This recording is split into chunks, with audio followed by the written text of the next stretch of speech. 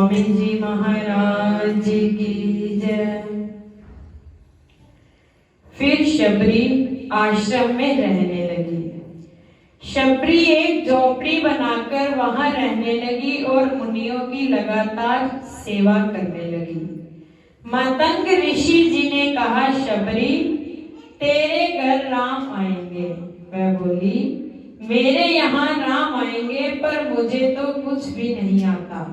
ऋषि बोले, बेटी तू मात्र नाम स्मरण कर और कुछ करने की जरूरत नहीं है। एक बार तेरी झोपड़ी में राम जरूर आएंगे।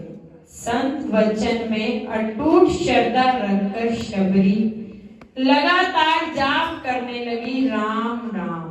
समय बीतते मतंग ऋषि जी ने निर्वाण प्राप्त किया। शबरी प्रौढ़ा अवस्था में वृद्ध अवस्था में आ गई, पर राम राम जप लगातार चलता रहा। हृदय में राम प्रभु की प्रतीक्षा अखंड रही। यहूदी धर्म में एक कहानी आती है। यहूदी धर्म के गुरु मूसा हैं। उसके जीवन में एक कथा आती है। वे एक बार खेत में घूम रहे थे। संध्याकालीन समय था। खेत में एक अहीर और भेड़ों का झुंड था। शाम को सब इकट्ठे हो तो उनके बीच बैठकर अहीर प्रार्थना शुरू कर रहा था। वहां से मूसा निकले। अहीर प्रार्थना में बोला था, आप बिल्कुल अकेले हो महाराज, आपको अकेले कैसे अच्छा लगता होगा। इस तरह भगवान के साथ बातें करता था जैसे स्वप्न में बातें कर रहा हो। देखने में सामान्य भावना संसार में असाधारण थी। भाषा के जगत साधारण। भगवान आप और मैं अकेले हैं, मुझे बुला लो। मुझे नहीं बुलाओगे तो यहाँ से चले जाओ। हम दो होंगे तो मैं आपकी सेवा करूंगा, रोटी बनाऊंगा, पांव दबाऊंगा। आपके सिर के बालों में जूं होगी तो उसे निकालूंगा। मेरी भेड़ों के बालों में जूं होती है तो मैं निकाल देता हूँ। आप देख लो, मेरी किसी भी भेड़ के बालों में जूं नहीं है। आपके बालों में जूं होगी तो निकाल दूंगा। अहीर की अंतिम बात सुनकर धर्म गुरु क्रोधित हो गए और बोले, भगवान के बालों में जूं निकालने वाला तू कौन होता है? ये कैसी प्रार्थना कर रहा है? अहीर ने आंखें खोली और कहा, प्रभु। वे बोले, ये कोई प्रार्थना है? तू भगवान का सत्ता का अपमान कर रहा है। आप अकेले ही और मैं ये कह दूंगा, मैं कर दूंगा, बालों में से जूं निकाल दूंगा। अहीर खड़ा हो गया और बोला, महाराज मुझे तो प्रार्थना आती नहीं। भेड़ बकरियों के साथ जो भाषा बोलता हूँ वही भाषा भगवान के साथ बोलता हूँ। यदि आप मुझे अच्छी प्रार्थना सिखा दो तो मैं ये सब भूल जाऊंगा। गुरु बोले, मैं प्रार्थना सिखा दूंगा, मेरा काम यही है। गुरु ने अहीर को प्रार्थना सिखा दी। काफी कठिन प्रार्थना सिखाकर मूसा आगे चलने लगे तो आकाशवाणी हुई। भगवान ने मूसा को उलाहना दिया, मूसा मैंने तुझे धरती पर इसलिए रखा था कि तूने लोगों को मुझसे दूर कर दिया। गुरु बोले, महाराज मैंने तो उसे प्रार्थना सिखा दी और आपके नजदीक ला दिया। भगवान बोले, तेरी प्रार्थना से लोग दूर जाते हैं, अहीर की प्रार्थना तो मेरे नजदीक आती है। मेरे यहाँ भाषा का मूल्य, शब्द का मूल्य नहीं है। मेरे यहाँ हृदय कितना झुकता है, हृदय की भावना का मूल्य है। संत हृदय की भावना प्रभु को भी धरती पर ला देती है। तभी नरसैया के यहाँ कंवर भाई के सीमंत के अवसर पर प्रभु को आना पड़ा। इतिहास में ऐसे कई उदाहरण हैं। शबरी प्रभु की प्रतीक्षा करने लगी। रोज तैयारी करे, फल फूल लाए, आसन तैयार करे, आंगन साफ करके रखती थी। कि फिर झोंपड़ी के द्वार पर बैठी प्रतिज्ञा करते करते राम नाम का जप करती। संत कहते हैं कि शबरी के अखंड जप से आसपास के वन में राम शब्द की आवाज आने लगी। व्यक्ति की मंत्र शक्ति अमुक मात्रा से बढ़ती जाए तो उसके आसपास के वातावरण में मंत्र जाप का प्रभाव दिखाई देता है।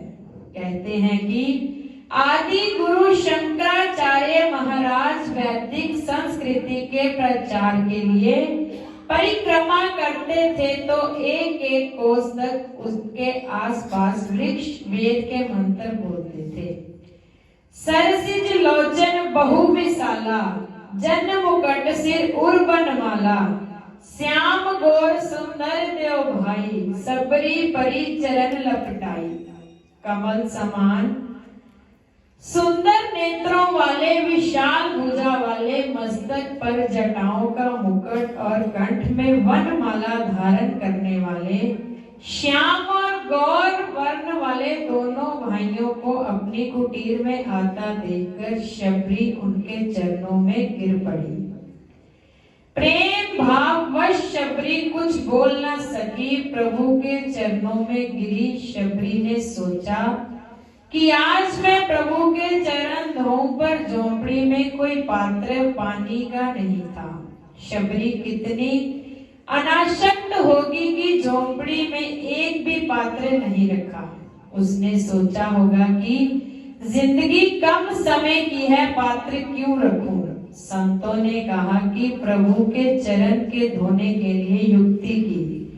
अपने दोनों हाथों को अंजलि बनाकर प्रभु के चरणों के नीचे रखे। मस्तक चरणों पर रखकर आंसुओं से चरणों को धोया। फिर धर्म के आसन पर राम लक्ष्मण को बिठाया।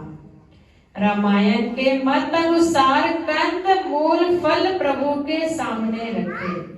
उनमें से बेर चक्कर शबरी ने प्रभु को दिए। उनको प्रभु प्रेम से ग्रहण करते थे, परंतु लक्ष्मण जी शबरी के चखे बेर एक तरफ रख देते थे। प्रभु समझ गए कि लक्ष्मण ने शबरी के प्रेम का अनादर किया है। उन्होंने युक्ति की। शबरी के चखे बेर प्रभु ने थोड़े खाकर लक्ष्मण जी से कहा, लक्ष्मण यह बेर चख बहुत मीठा है। लक्ष्मण जी समझ गए कि प्रभु ने पकड़ लिया है। जब उन्होंने बेर खाया तो उसमें मिठास नहीं था। मिठास शबरी की भक्ति में थी, वही मिठास बेर में था।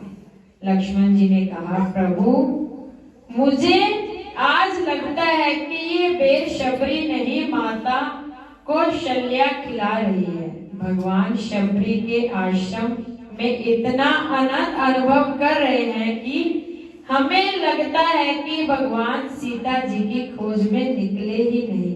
प्रभु का इस तरह स्वागत भाव भगत करते शबरी जी हाथ जोड़कर कहती है, कह विधि स्तुति करूं तुम्हारी, अधम जाति में जड़मति भारी, अधम ते अधम अधम अति नारी, तेने हम महु में मति मंद गंवारी। प्रभु मैं नीच जाति की हूँ, जड़ बुद्धि की, अधम से भी अधम, ऐसी मैं स्त्री आपकी स्तुति कैसे करूं। तब राम जी ने बहुत सुंदर जवाब दिया, शबरी जी आप अनपढ़ हो, अतः आपको स्तुति नहीं आती, यह बात सच है। पर हम जो वशिष्ठ जी के आश्रम में पढ़े हैं, इसलिए हमें स्तुति आती है, मैं आपकी स्तुति करूंगा। शबरी जी आप अपने आप को अधम मानती हो, परंतु मैं किसी जात पात कुल धर्म बड़प्पन या चतुराई को नहीं देखता। मैं तो केवल भक्ति की जात को मानता हूँ। इतना कहकर प्रभु ने भक्ति के 9 प्रकार शबरी को कहकर उसकी स्तुति करते हैं। नवद भक्ति कहे तो ही पाही, सावधान सुन धर्मन माही। प्रथम भक्ति संतह कर संगा, दूसरे ही रतिमम कथा प्रसंगा। बोलो श्री गुरु महाराज की जय।